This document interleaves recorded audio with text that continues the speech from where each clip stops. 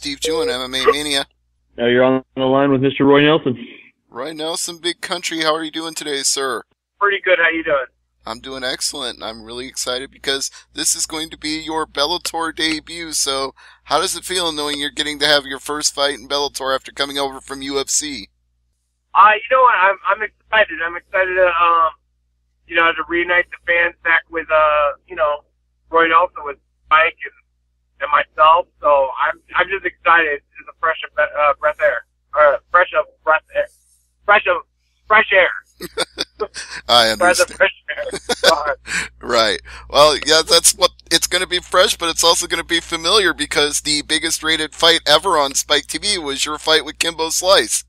Yep. No, it's definitely that's why I'm just really excited just to be back home with Spike, just because they know how to expand basically MMA market. That they do. What is it like working with Scott Coker compared to Dana White? That's got to be a completely different feel for you. You know what, Scott? The one thing I love about Scott is Scott just lets you have free reign, and he's basically just like, Roy, you be Roy, and I'm like, okay, I can do that, and that's always a good thing when they know exactly what you're doing, and then they believe in you, and then you just go out and be 100%. Now, let's talk a little more about your opponent, Javi Ayala. Did you get a chance to catch his fight with Sergey Karatanov or see the highlights? It didn't last very long. I think if you watch the highlights, I think that was the whole fight. That's why I said, yeah, it wasn't long at all. So what are your thoughts on him as an opponent and what he did to Sergey? I mean, the fact that he knocked out Sergey, means a lot. I mean, Sergey definitely beat up really good guys. I mean, he's knocked out Overeem. He's knocked out Verdum. So the fact that he knocked out Sergey in 15 to 20 seconds, then that means he definitely has the power to do the same to me, which makes it exciting fight for a fan, because two guys that bring thunder, definitely going to see some lightning. Right, and you've definitely been known for knocking out big guys over the course of your career. You knocked out Bigfoot, you knocked out Struve. I mean, so obviously you're not worried about trading power shots with anybody. No, the one thing I'm all about doing is making it, exciting for fans, and just right now working towards that, the belt, that belt's empty. I just want a shot at it, so I definitely just gonna, go out and make sure I get my win, and entertain the fans, and introduce them to Roy Nelson. Well, no pun intended, but you did beat me to the punch on that because I was going to ask if you had title aspirations in Bellator. Anytime you go to any organization, you have title aspirations.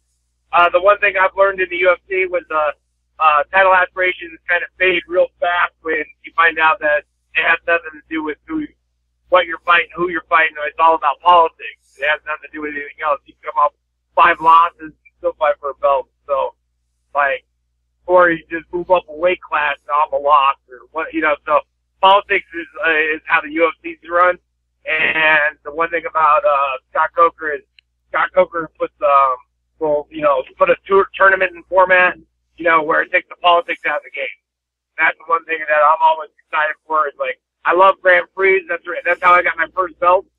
My first legitimate belt was in IFL was from a Grand Prix, and then everybody looked at me a little bit different. Same thing when I won the Ultimate Fighter. That was a tournament format, and I went through everybody there too.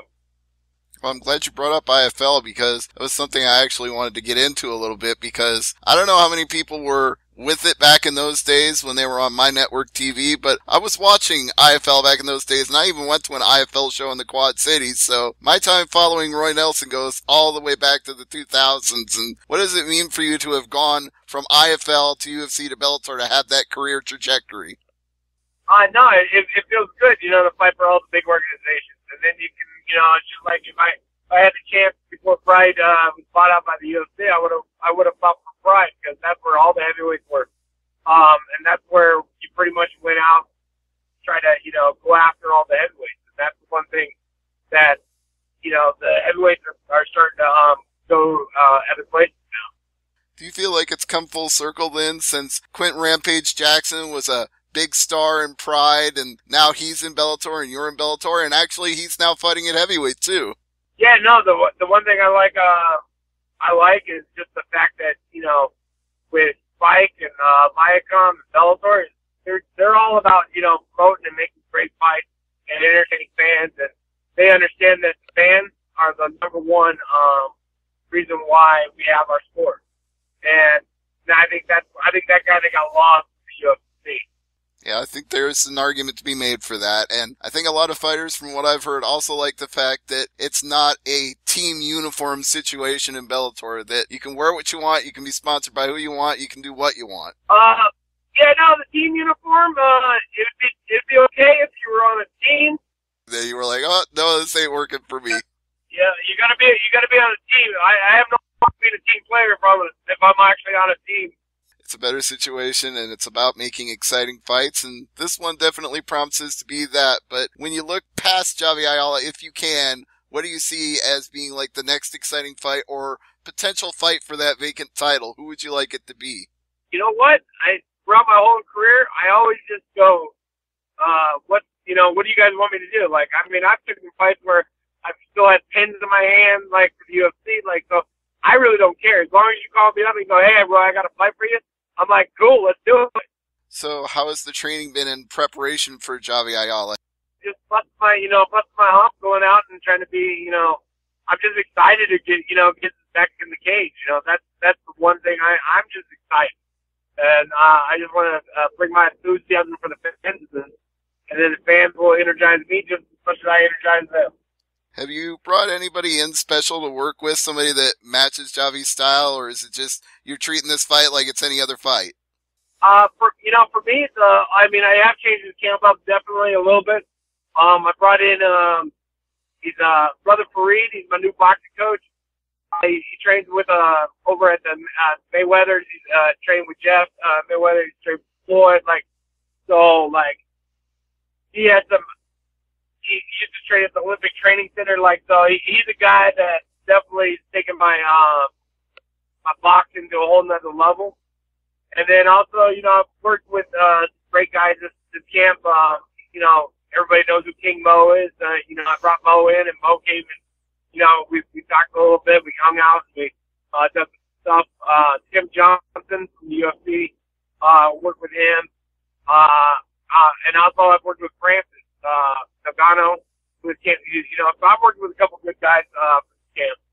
Tim and Francis are both contenders right now in that top 15 that you used to be a part of, so they're on the hunt as well. So iron sharpening iron in this case. Yeah, no. Then then I've worked with former WBC boxing guy, champion. I've worked with quite a few guys with this camp. So it's like I'm just excited to actually, I'm just excited to fight and excited to be with Bellator. So that's like, I'm like a kid on Christmas Day, just getting ready to open up presents. But I'm a little surprised when I hear that you're working on your striking, because I already thought of you as one of the best natural strikers at heavyweight that I've ever seen. So how much better can you get than you already are? I could definitely get better because I'm starting to learn how to, adjust to the the game of striking versus, because a lot of people don't fight. A lot of people play the striking game, versus playing just a good old fashioned fight. I'm a gunslinger, so I like the Wild Wild West, but the game's I'm gonna have to adapt to the game where it's about cutting the cage and guys doing the point fight. Half the time people hit me, they're always going backwards, running from me, or it's like a track meet, and then I gotta try to hunt them down. So I'm trying to just eliminate that, just so that I can go out there and just be the best Roy Nelson and beat you at your own game. Now, one of the things you've been known for in your career is being incredibly durable and incredibly tough to finish. And sometimes as both a reporter and a fight fan, I get worried when guys are incredibly hard to knock out because you don't know what that necessarily means internally. So have you had any worries about being the guy that's impossible to finish, that it could be accumulating damage? Sorry about that, but God bless me, and I got 2 superpowers. I just make sure there's no kryptonite in the, the arena. But it also, like I say, I think about longevity of fighters, and I think, there's always that time when you've been hit in the head one too many times. Do you know when that is, or how long away that might be? Yeah, when I'm talking to you like this, and then next time I'm going, that means I took one too many punches. All right, so it doesn't sound like that's going to be anytime soon, because you're still crisp and smooth right here on this call. Exactly. Javi Ayala coming up September 23rd at the SAP Center in San Jose, California. So it's not going to be a long trip for you, and I believe you've had at least one fight there before, but you can correct me if I'm wrong about that. I have not fought in San Jose. I've fought close. I've actually fought in, I believe it was Oakland. Oh, you know what I was thinking of was Bodog, because you actually fought in a different San Jose there. It was Costa Rica. Yeah, San Jose, Costa Rica. Little distant. Yeah, a little bit different geographically, but yeah, so what are your thoughts? And that was on a beach. That was what? And that one was on a beach. Oh, right, yeah. So definitely a different change of scenery, but how does it feel being, in San Jose for this fight and being on the main card and getting this big feature coming up that everybody knows it's the big debut for Roy Nelson and Bellator? It's the top or second top billed fight. No, it's definitely, exciting, especially, with Scott Coker's hometown. So I know he's, definitely want to, bring a show to the fans there. And I'm blessed that he actually put me on the card, because San Jose is basically a big deal for him. It's a fight town. They love fights there. So, that crowd is going to be raucous when they see Big Country walk through. They're going to be jumping up out of their seats waiting to see you do something big. No, I can't wait. We can't wait either. It's going to be really fun to watch, and it's just over a week away now, so I want to encourage people, if they're listening to this and they already have tickets and they live in the area, they better go get them, because they're going to go fast. But if they don't get those tickets, they'll just have to watch it on Spike TV. But Roy, I want to give you this chance to plug anything you want to plug, anybody you want to thank, any sponsors you want to mention. Please take the time to do so now. I appreciate all the fans out there. Make sure you guys follow me on Twitter, Instagram, and Facebook on Open MMA. Simple, Roy Open MMA. And also, of course, all my sponsors. I appreciate you guys. And I appreciate Sponsor Pizza. I appreciate Quest, Nutrition, and all the other guys that I'm looking at you guys right now. All right, Roy, thank you so much for the time today. I really appreciate it.